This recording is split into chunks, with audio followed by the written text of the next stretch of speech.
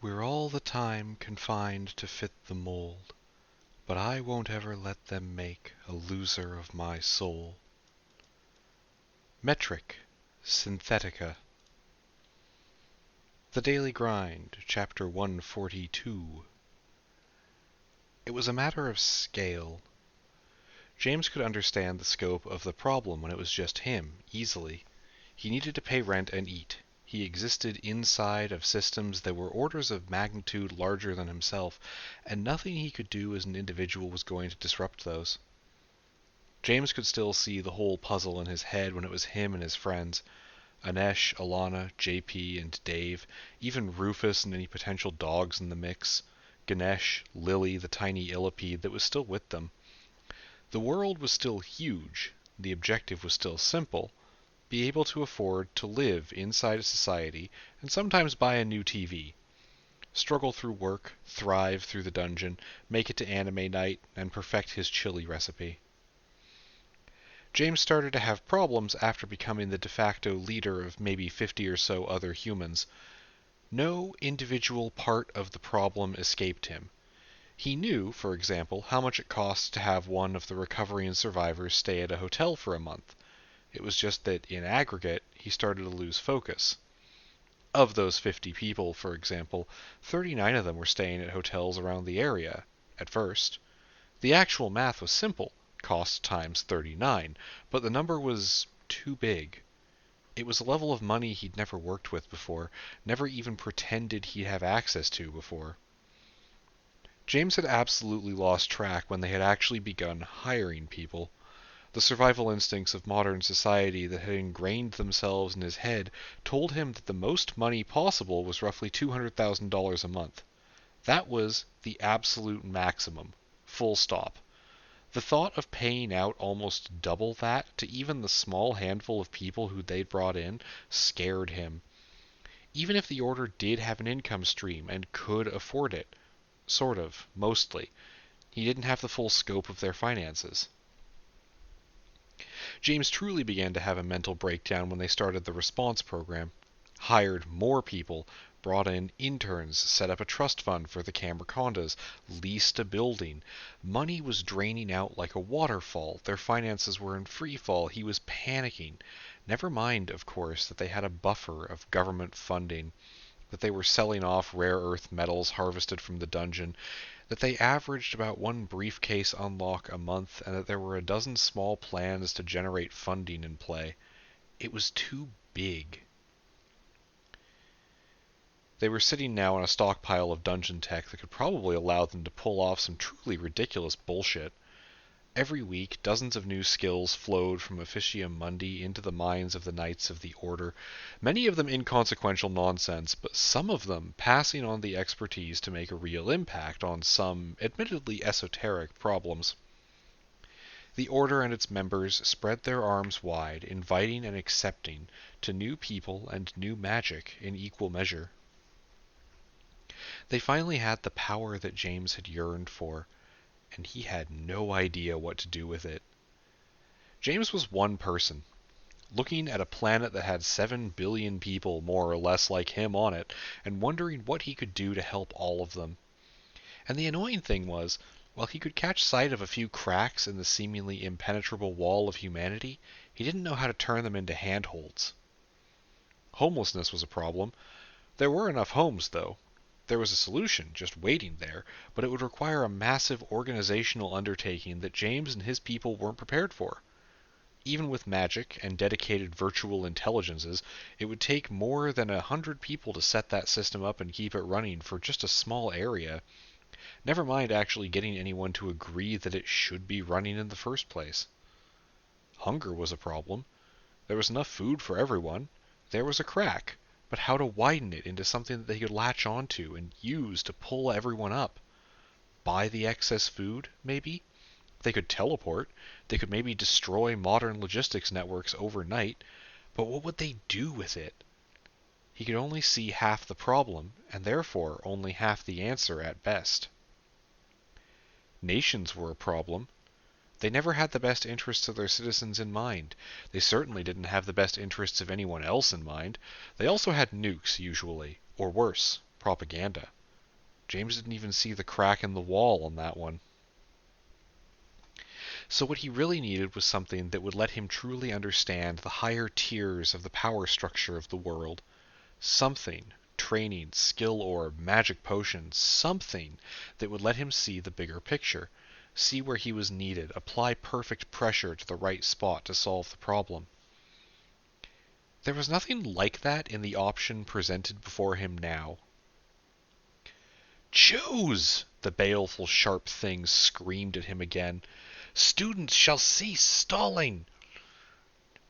It slammed a bladed scythe that had the markings of a perfect meter on it onto the blackboard, hewing a line underneath the 3 options written there.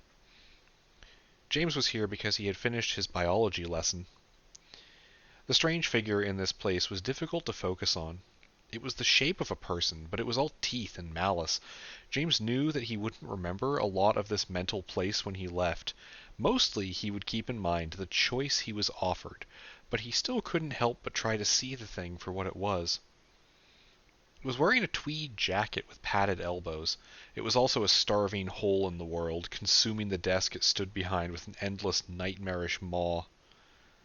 James ignored it and looked back to the options. Endurance, instinct, toxicity. He was having trouble getting his head around his choices too, but at least this time the logic was all personal, and he could work through it given enough time, which he actually had. As much as the monster that ruled this place screamed at him to hurry up, he really did seem to have all the time in the world that he needed to think. Toxicity was probably the first one to be ruled out, but it wasn't a snap decision. That had gotten kind of a double take out of him, he wouldn't lie, and it wasn't like he didn't have some perks that he could think of for it. The number of things that had bitten him in the last year made it kind of appealing, but toxic didn't specifically mean poisonous. It might just make him the kind of shithead that made transphobic comments on Reddit, and he would have thought that was a joke if they didn't know that lessons could cause personality changes. So far, the ones that they'd seen had been positive for the person, but what was positive when the sewer was in play? And even if it did make his physical body more dangerous, James actually had at least one person that he kissed regularly, and he would like to keep doing so. So toxic was out. Instinct was the next choice, and it was probably also on the chopping block. Instinct could mean a lot of things, and James wished he had access to whatever version of Wikipedia the Akashic Sewer was using as a reference. This one could, in theory, help him react faster, make choices in combat without conscious decision-making, take advantage of openings and weak spots in his enemies. It could also do, well, all of those things, just in a darker way. James still remembered how Anesh had been made very uncomfortable with the skill orb that gave him the knowledge of weak points on human anatomy. Just knowing it would be so much easier to kill someone unsuspecting was a creepy thing to live with, and James already had enough nightmares about killing people without them also being anatomically correct. So that left endurance. It felt weird to be picking what was probably the least interesting option, and also to make a choice by eliminating problems first, instead of primarily looking for a solution.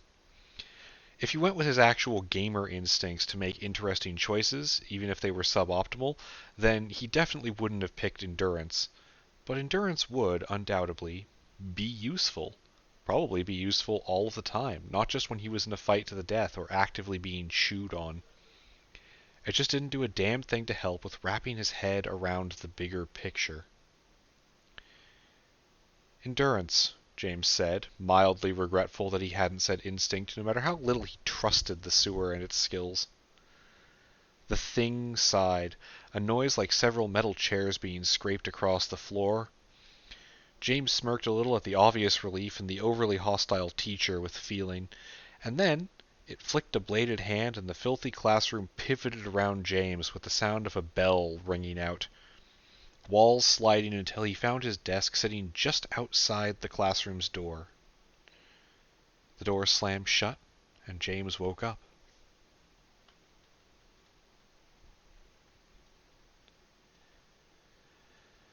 This is the last thing we need right now. James sighed, resisting the urge to slam his forehead into the kitchen's stainless steel counter.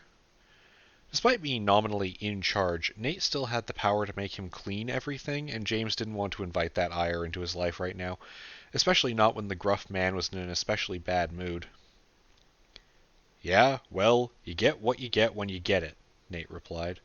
It's not on your timetable. I swear to you, we do not have a timetable, James said, holding up one hand in a solemn oath. But yeah, we do have a lot of projects whirling up to full speed. Response, the arcology thing, especially as we start doing more with orange orbs, infomorph creation. Yeah, it's a bad time. Alright, so the old gun's operating out of Texas, huh? Okay. I know the name I gave her is kind of a placeholder, but I guess it fits. We don't know she's based there, Nate said, sliding a sheet tray of potatoes into the oven with a little too much force. Just that she was there. One of our rogues is tailing the person the old gun was meeting with, but we... Hold up, James cut him off. One of your what now? Nate crossed his tattooed arms, relaxing without leaning on anything, and glared at James. Don't pretend you don't like it. Besides, it was JP's name. I don't care, as long as it's being consistent. Alright, James hid a grin. Carry on. One of the... Miles is tailing the contact, and the old gun either couldn't or didn't notice us telepad out. If she knows about the lair, it's not because we didn't take precautions, it's just because she really is beyond our capabilities. Nate didn't look happy admitting that. So? He asked, eventually. So what? So what do we do? James blinked at the ex-agent. I don't know why you're asking me that, he said.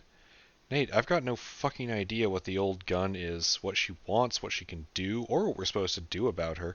I honestly hoped we could start off with something simple, like overthrowing the government and taking over the world, and then move on to killing the mad god thing. The kitchen door swung shut with a thump, and both men looked up to see a disappointingly frowning Agent Decay standing in the doorway. Is this a bad time? She asked. Nah, fuck it, James sighed. Come on in, we're plotting the downfall of America. That's not true, Nate flatly corrected. He's plotting. I'm cooking. Sure, Decay said, with a total lack of interest, pulling her hair back into a ponytail with practiced motions as she walked into the kitchen space. I've been asked by my bosses to request your organization's assistance with a missing persons case. Would you be willing to cooperate on that? Absolutely, James said, at the same time that Nate said, No. James glanced over at the person who would actually be doing most of the cooperation. Oh, no, I guess? He rolled his eyes. Alright, why no? I don't care about the secrecy thing, Nate. Just tell me what's up. He doesn't trust me, Decay said. JP doesn't either, but JP is also awful, so I'm asking you instead.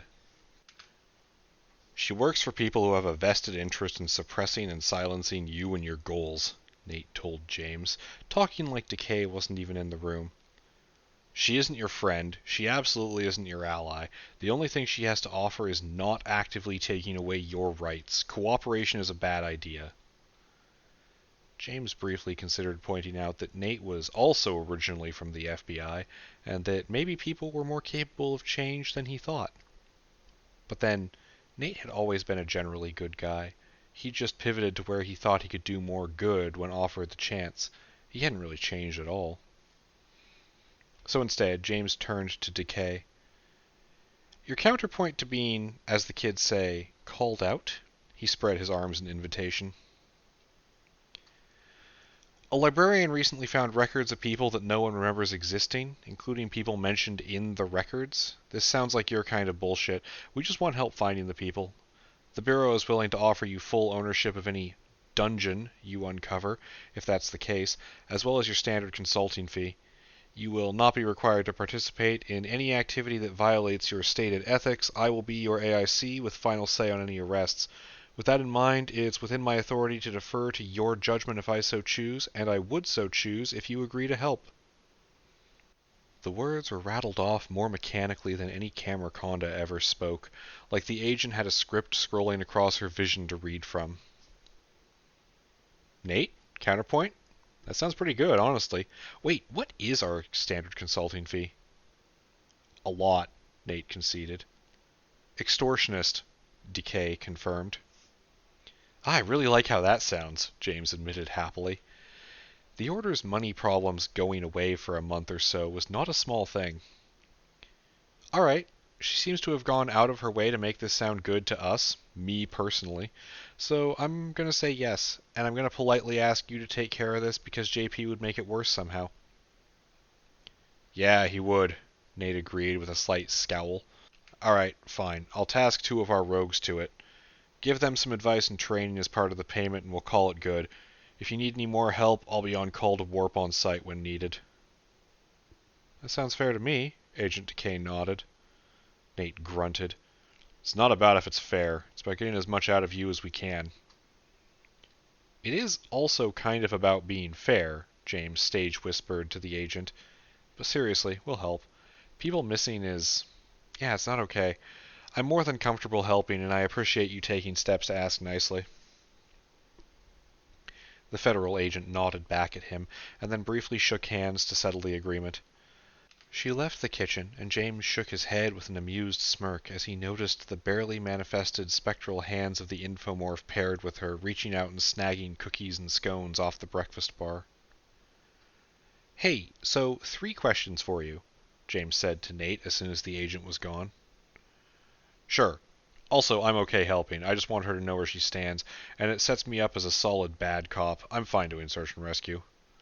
Nate groaned as the oven buzzed and he started pulling out 30% of the lunch orders that would be rolling in soon. What questions? 2 are definitions. What's a librarian in spy speak? Also AIC? Archivist, basically. Someone who maintains the hard copy records. Most intelligence agencies are a little nervous about the internet for some reason. Can't imagine why, Mr. I am building a panopticon. Stop working on that, by the way. I know no one has said this, but it feels like a bad idea. Nate grunted back in mild acknowledgement. We're not really building a panopticon, we're just hijacking the one that's already there. Christ, that's so much worse. Anyway, the other one just means agent in charge, whoever's assigned to a case and has the final word on decisions. Nate sighed. She's not wrong. She would get to ignore the law in favor of whatever we decided if she wanted to. Have to write a report afterward, but here, for this, she'd get away with it. That entire package deal made James feel slightly uncomfortable.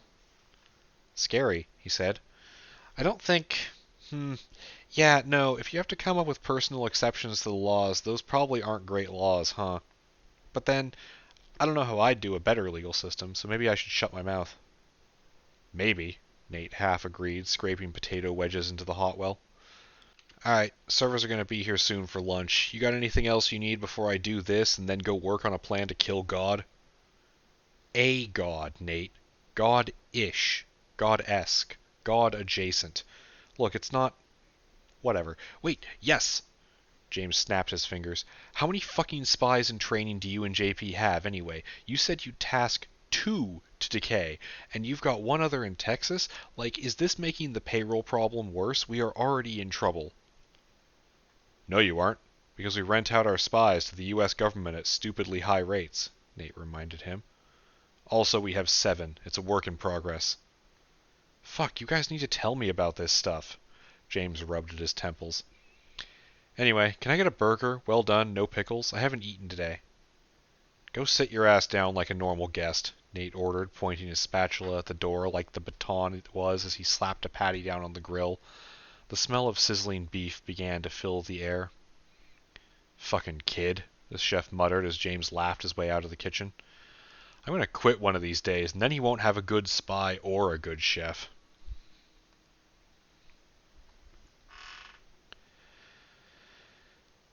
James actually did sit and eat lunch like a normal person, instead of just inhaling a burger and larking off to fix whatever new disaster had come up, or trying to find a few moments of quiet in a dark room somewhere. He was joined by 2 of the trade contractors that had linked up with the Order recently. Their names were Bill and Mark, and perhaps in defiance of the generic monikers they'd been given, they had surprisingly excited lives before coming here. Yeah, I spent 6 years on a salmon boat before this, in between doing renovations in the off-season. Bill took a swig of his beer and cracked a grin. Alaska's beautiful. Salmon boats honk. So does salmon. You will never get me to eat fish, he declared.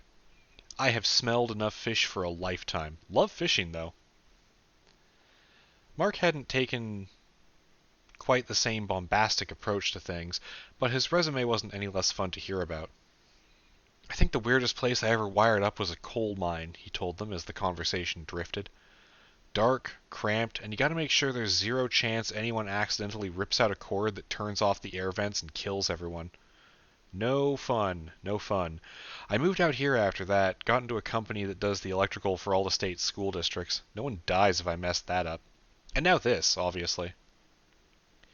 Yeah, what is this, anyway? Bill finally asked the question both of them were thinking but hadn't put to words yet. What do you need a couple old guys like us for, anyway? Hey, Mark protested. I know we're older than most everyone in this place, but you don't gotta just say it like that, man. James gestured with a French fry before popping it into his mouth. If it's any consolation, at some point we'll probably be able to help you live a lot longer. Both men froze, briefly, before sharing a look and focusing back on James. How much longer? Mark asked. Good question, James replied. I'll get back to you. Anyway, why you? Well, you got tons of experience building things. People like you. You didn't tell racist jokes during the interview. Seriously? Seriously. A few people tried. And we want to build something. Something big. We want a city in a bubble, basically. Bill fielded that one. Man, I can follow a blueprint. I can boss around a bunch of guys with hammers. I can lay some mean roofing tile, but, He didn't have anything to say after that. He just let the uncertain grunt stretch until he ran out of breath. Oh, we've got some magic bullshit in the works, James reassured him. But like you said, you're going to need some goons with hammers. And before we hire more people, we want to make sure everyone new gets into the flow of our culture here. Sees at least one dungeon, too. Like the attic? Mark asked. I've seen the place. Hurt my head. It's also a massive fire hazard. We're not actually sure that dungeons would burn normally. James yet again failed to reassure anyone. He took another bite of his food, leaving a piece of lettuce poking out of the corner of his mouth.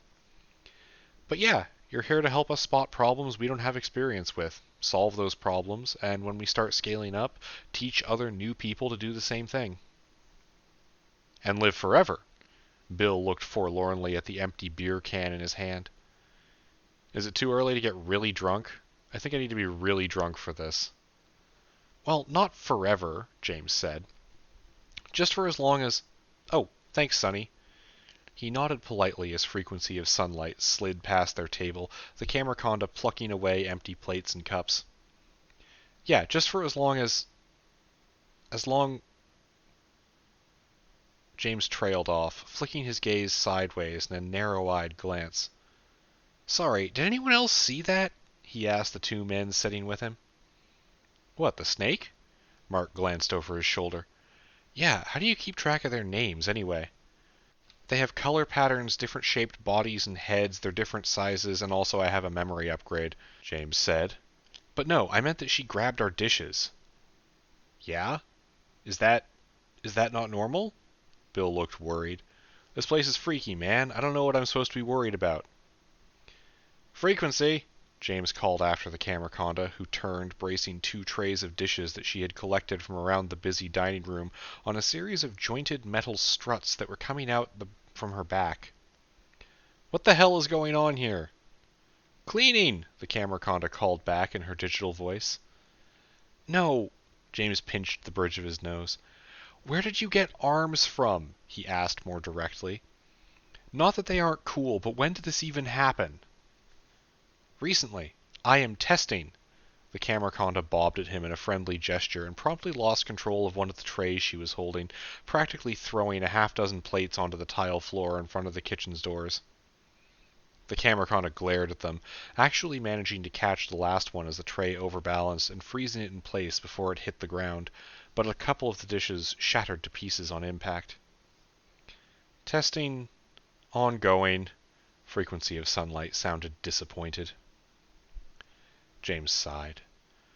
All right, I'm going to go sweep that up. If you've got more questions, someone's always around. Check in with research, honestly. You two could be really helpful with the orange totem experiments. The what? Bill asked, unamused. But James was already out of earshot, hurrying off through the growing crowd in the dining room to help a magical machine snake clean up a mess that her new limbs had made. Bill glanced over at Mark, the one person here who felt like he had a similar understanding of the world. They hadn't been friends before today, but they shared background, shared exasperations, and that had made them drinking buddies pretty quickly. I don't know if I can deal with this place sometimes, he admitted. Doesn't smell like fish, at least, Mark shrugged. Also, he gave an embarrassed grin. Isn't it just kinda fucking cool? When my kid gets home from college, he's gonna love this shit. Ah, yeah, it is, Bill sighed. I don't know if I should tell my wife about what I do now. Is this even a job? I haven't been yelled at to work faster once in the last week.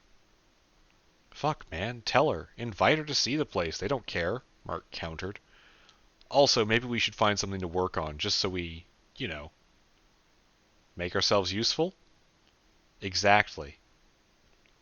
The two of them leaned back in their seats, watching the dining area for any ideas. A duo of a human and a camera condo were emerging from the response office, grinning at a successful deployment as they pulled off armor plate. An older gentleman sitting at a table in the corner made notes into a journal, occasionally flipping the page to glance at a worn photograph he kept in it. A group of high schoolers helped serve the rotating crowd of lunch-goers. A packed table full of research and support group members cheered as two of their number raced drones around the hall with their skulljack links, clumsily learning the skill and eliciting a yelp about every 3 minutes from someone who they caught off guard. Several other people sat in companionable silence, having mutually agreed that their table was for reading, as they all either worked to catch up on the order's documentation or their own personal literary backlog. Mark and Bill traded another look. Want to go see if the kids in the basement need anything heavy moved? Thank Christ I wasn't the only one thinking that. Yeah, let's bug Nate for another one of his beers first. Yeah, get me one too.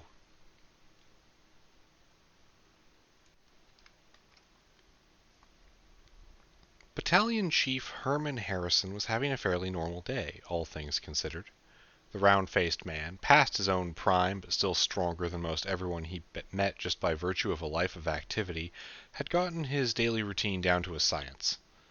Mornings were checking in with one of his crews, followed by paperwork, followed by scheduled disciplinary actions if they needed to happen, followed by lunch.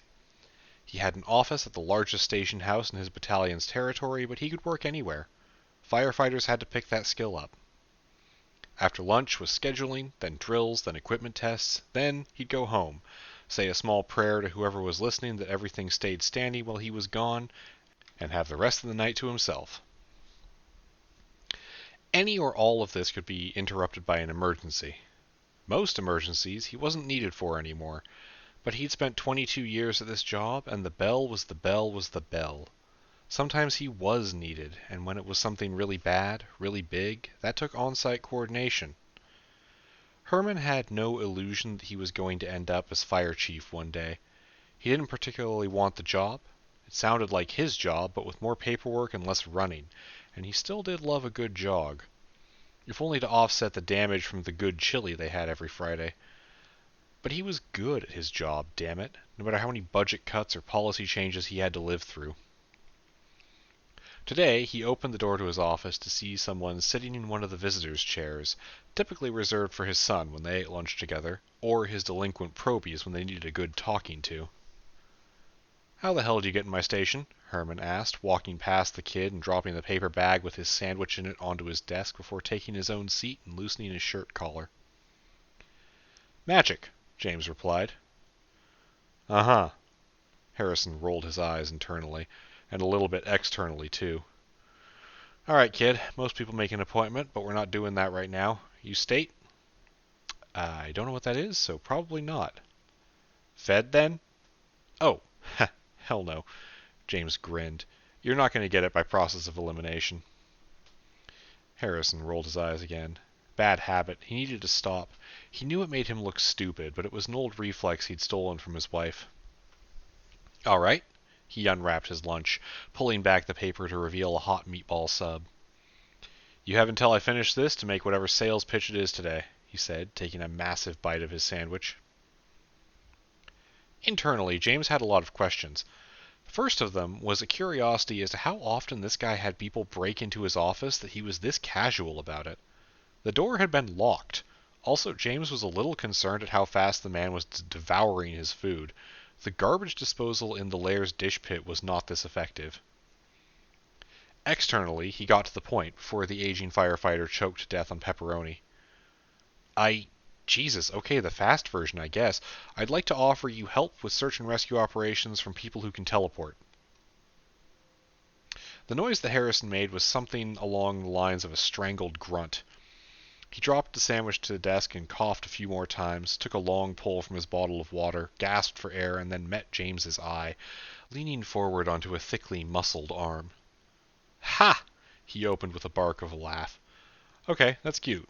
Seriously, kid, what are you here for? It's James, please, and I'm here to offer you what I said. James adjusted his own shirt collar. He'd even dressed kinda nice for this. We have the ability to teleport. We are interested in operating as crisis intervention in the area. Ideally, we would like to partner with you and your people, supporting your crews whenever we can using the magical bullshit that we have access to. Alright, now you're wasting my precious lunchtime. Herman pointed a thick, scarred finger at the kid who had snuck into his station just for a joke. April 1st is 2 months off, and I'm not laughing anyway. You had your fun, now get out. Alright, James sighed and shrugged. Well, here's a number you can reach me at. He set a small card on the desk.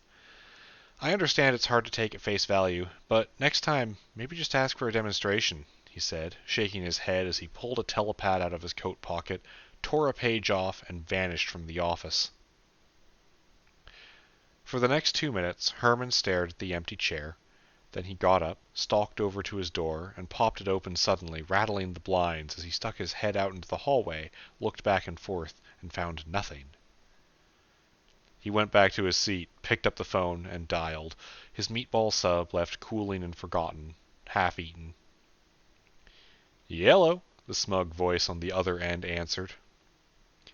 What's the catch? Herman asked bluntly. No catch, James told him. We want to help. Working with you helps us help.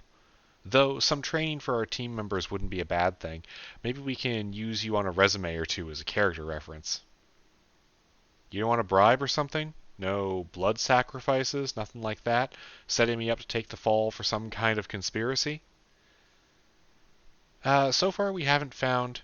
Oh, well, I guess we found a thing that ate blood, but we blew that up, James reassured the battalion chief. And I don't need a bribe. I own a gold mine. No, seriously, no catch. Just conditions. Hit me. Some of our members are non-human. If you agree to work with us, you agree to go to bat for them when the time comes, James stated. Done, Herman agreed, way faster than James expected. Our help isn't a replacement for anything. We might not always be available, so you can't rely on us. We're extra support, not a budget replacement. Kid, don't talk to me about budgets. Fuck, I know, right? James replied. In this, the two of them were perfectly aligned on the same page. Anything else? Herman asked. Not off the top of my head, James told him. Sound good? Can you teleport an engine? The part of Herman's brain that made him a good chief, that optimized crew logistics and found solutions to shortfalls, kicked in. In or out of structure fires? Taking people with you? We can take people with us. Getting into a fire is hard, getting out is easy. Moving a truck... I'll call you back on that later, James told him. Harrison didn't have to think about this long at all. I'm in, he snapped off the answer. When? Someone who's smarter than me will make a real appointment with you later this week. The smile James was wearing was almost audible over the phone. And thanks, he told the firefighter before hanging up. He meant it, too.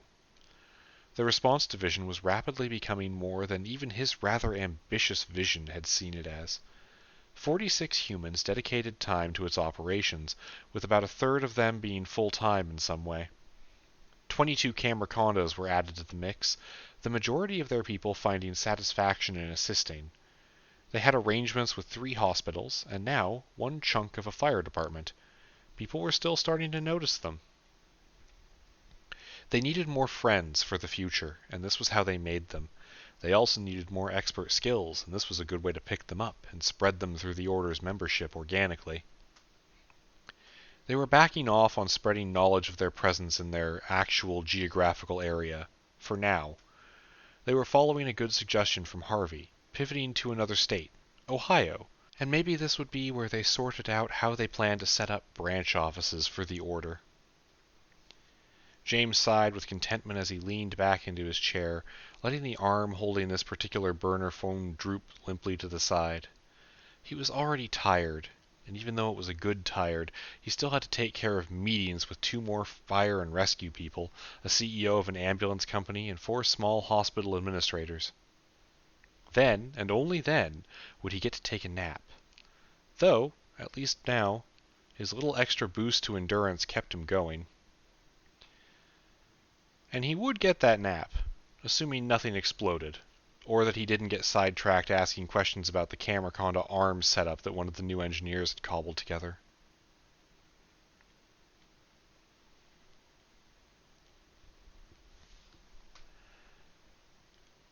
Hello?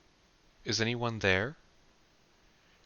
Momo stared at the words, worrying at her lower lip as she considered kicking open the door to the small basement room she'd set up in and screaming into the hallway until someone either told her everything was fine or someone told her everything was absolutely not fine but they could fix the problem. The problem was, her setup was, well, working probably wasn't the most accurate word. Setup wasn't a great descriptor either. Momo had built, mostly out of parts salvaged from Officium Mundi, a network of computers. Then, feeling ambitious, she had started using the emerald chips that they used to grow programs that could read the output of the red orb totems that she had gradually been learning to build and fine-tune. Worth noting that the ones that she couldn't fine-tune made pretty good weapons, too. They were equivalent to mental flashbangs, really. The chips had been useful and had worked, which was a little worrying, but Moa wasn't here for philosophy, she was here for results. So she'd asked for some help, learned a little programming both through magic and wisdom coffee and also sort of the normal way, and started to build a database that could interpret the red totem signals, collate the data, and compare it against recorded statistics from the internet. Then it looked for deviations, and it reported on glaringly obvious ones. It kind of worked. It didn't really accomplish anything, though. Not yet. So Momo, refusing to surrender, doubled down. She already wasn't sleeping anyway, so she had plenty of free time. Free time in which to build more data matrices, generating plenty of bugs to feed the Shellaxes with, while she waited for the new round of chips to grow more programs that could connect to the other programs. While she was at it, she also got some of the members of research to help her make inputs for audio and visual stuff. Since they were already compromising the security of all the traffic cameras in the state, she may as well make use of that. She'd set up some webcams around the lair, too, to test it out. A couple of days ago, she had a good feeling about the growth of her chips, so just before the weekly foray into Officium Mundi, Momo had plugged the programs in, distributed them to the machines they needed to be on, made sure the network settings worked for a certain value of the word, and turned it all on. Then she'd run out to get into fights with paper pushers and mostly forgotten about it. Her brain, flush with relief at actually hitting a milestone in her project, had just relaxed to the point that she couldn't and wouldn't think about the whole thing for a few days. Now she returned to a monitor with a blinking message on it. Is anyone there? Momo looked around the room she had redecorated with cables, computer screens, and lava lamps. Most of the monitors were off, but the one in the middle of the room was glowing in the colorful light of her workspace. A simple white-on-black line of text displayed on the screen. Read? Momo called out into the room that contained no people but herself. Nick? Is this a prank? She glanced back at the closed door to the hallway. If this is a prank, I'm going to rig your chair to detonate chocolate pudding into your ass the next time you sit down. Hello? The monitor changed words, fans in many of the computer towers on and under the desk beginning to hum a hair louder than before. Hello? It repeated. Fuck, Momo muttered under her breath. Can you hear me? She asked. Nothing. Of course not. She hadn't put a microphone anywhere in here. Can you read this? She typed onto the keyboard, but there was no response to that either. Finally, fumbling through loose cords and tools on her workstation, she found a pad of paper that wouldn't teleport her anywhere when used. Uncapping a Sharpie, she scrawled large words on it and held it up to the webcam sitting on the top of the central screen. If this was a prank, this was a good way to dispel it. Can you see me? She wrote.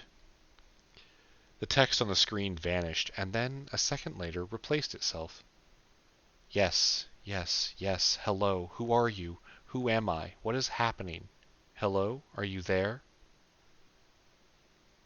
Uh-oh, Momo breathed out. I have made a mistake. And an AI.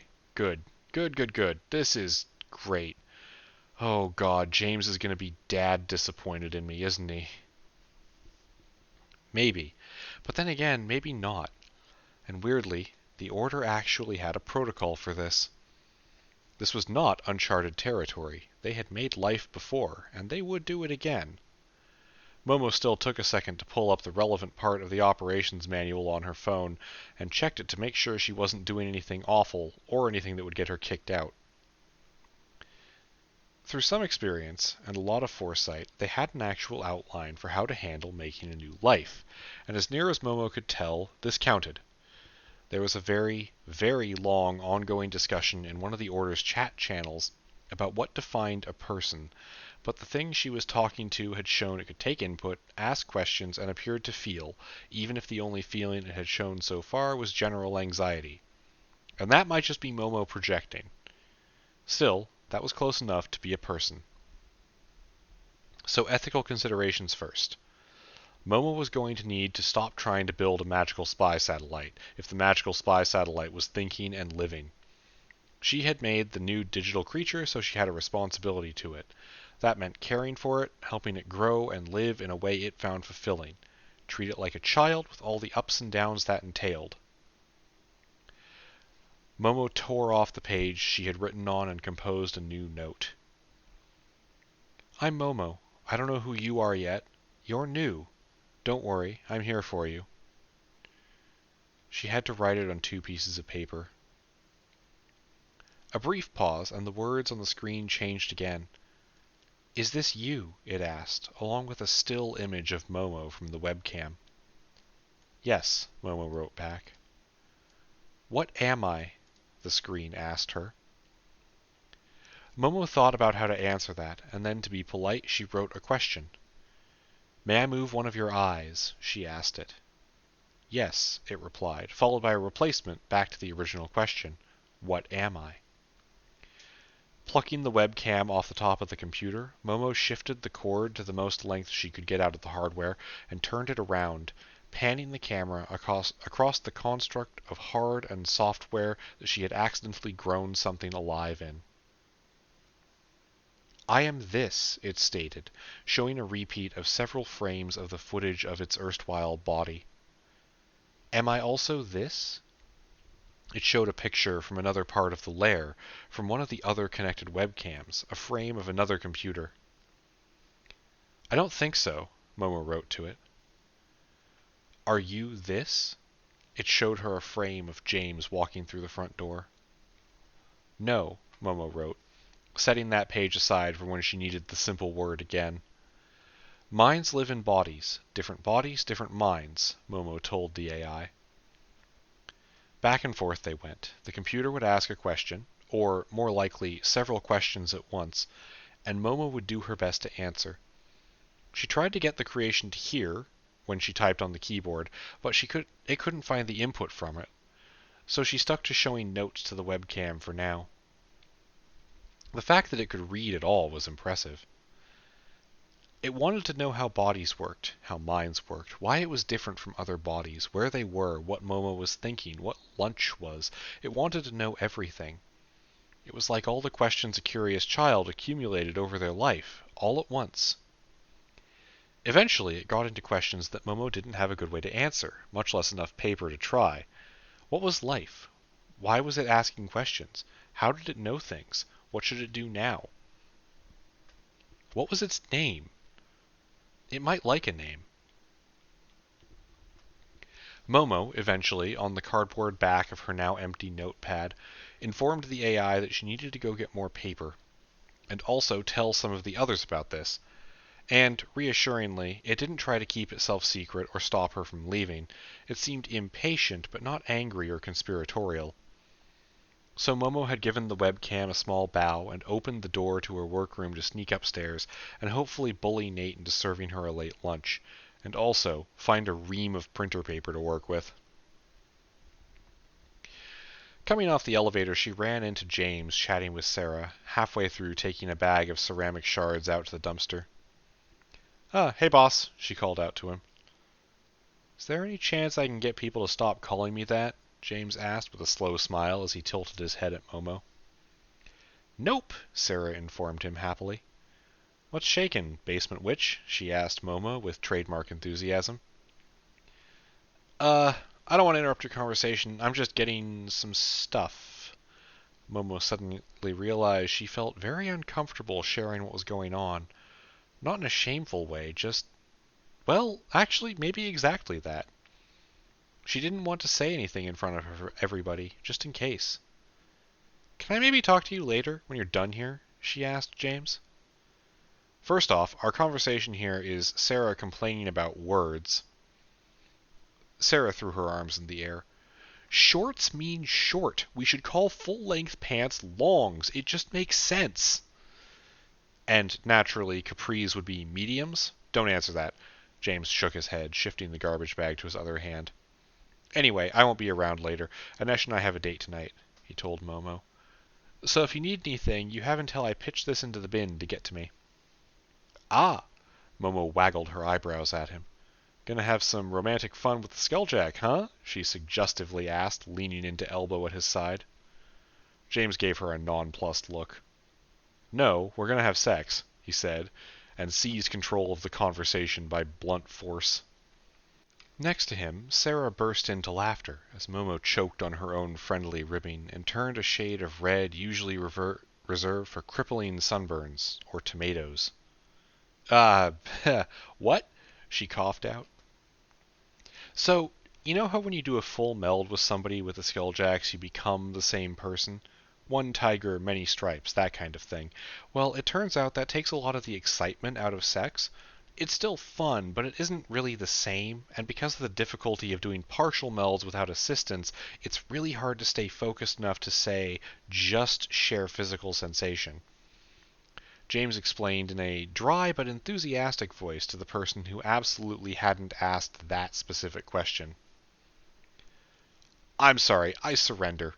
Momo tried to concede the conversation while Sarah gasped for air, kneeling on the floor next to them. Anyway, James continued, undeterred, the point is, fun with Skulljacks can be a lot of things, but sexy usually isn't as much of one as you would expect, so we're going to have some good old-fashioned, normal lovemaking. He raised his eyebrows at Momo. Does that answer your question sufficiently, or do I need to go into very explicit detail about the way that Anesh is going to... Please, I'm begging you, I give up. Momo tried to hide her head under her arms, mortified. James chuckled. All right, he said. So I'm headed home now, unless you have anything to ruin my night of passion and romance with? Compared to that, Momo's problem didn't seem like that big of a deal anymore. I made an AI in the basement and I need some cash for a wireless webcam, she retaliated with a mock glare, cheeks still bright red. There was a pause while James waited for the joke to land, and then an awkward silence as Sarah picked herself up off the floor and dusted off her capris. And then a moment of realization that Momo wasn't kidding, and she had that look that showed up around here all the time when someone did something impossible. Again. After a long, long sigh, James turned his head slowly to his friend. "Hey, Sarah," he asked. "I'd love to help." She clapped her hands over her head with a grin. "Go, go, take out the trash. Enjoy having Inesh pound you like a carpenter."